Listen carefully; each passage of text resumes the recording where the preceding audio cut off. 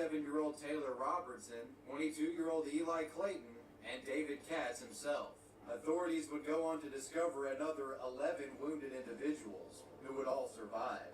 One of these survivors had actually been shot in the chest, but luckily was stabilized due to the fast response time from authorities, EMTs, and fire departments. The sheriff's department held a press conference and gave updates on what had happened.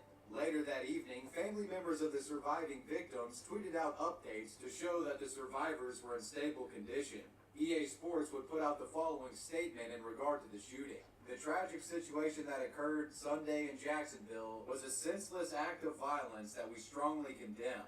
Our most heartfelt sympathies go out to the families of the victims whose lives were taken today and those who were injured. All of us at Electronic Arts are devastated by this horrific event, and we also join the community in thanking the first responders who were quickly on the scene. Our focus right now is on those affected and supporting law enforcement as they continue their investigations into this crime. This became an international news story, and the country came together to support those who had been involved in this shooting event. In one interview, a man who was present at the shooting itself, Toshiba Sharon, would say that he wanted the families of Eli and Taylor, the deceased victims, to know that they didn't die alone, and that they died with family. That family being the Madden community itself. I just wanted to pay my respects to the family and just let them know that their family member didn't die alone. They died with family.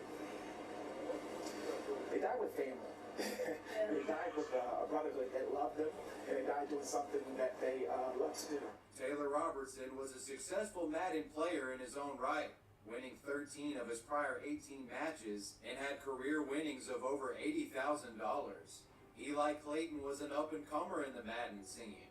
This young man was a former high school football player and had won Madden tournaments. He was passionate about football in real life and in the gaming world as well. Rest in peace to these victims.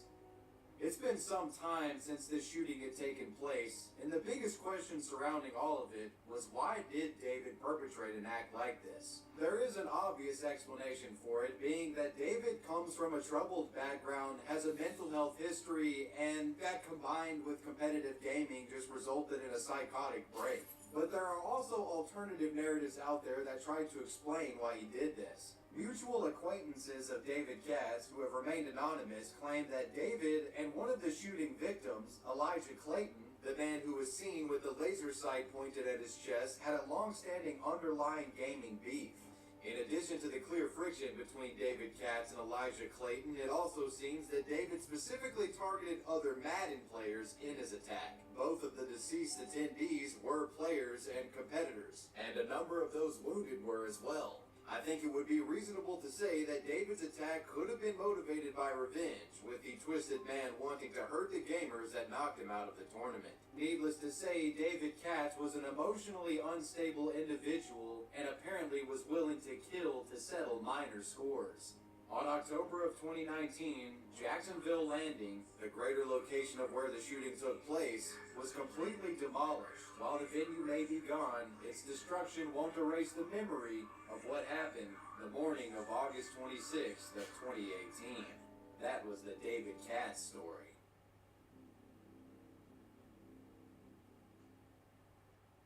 During the COVID-19 pandemic, with some people quarantined and people just generally staying inside more, you saw a massive influx of new gamers and gaming in general. In 2021, Latin America in particular saw a 200% increase in sales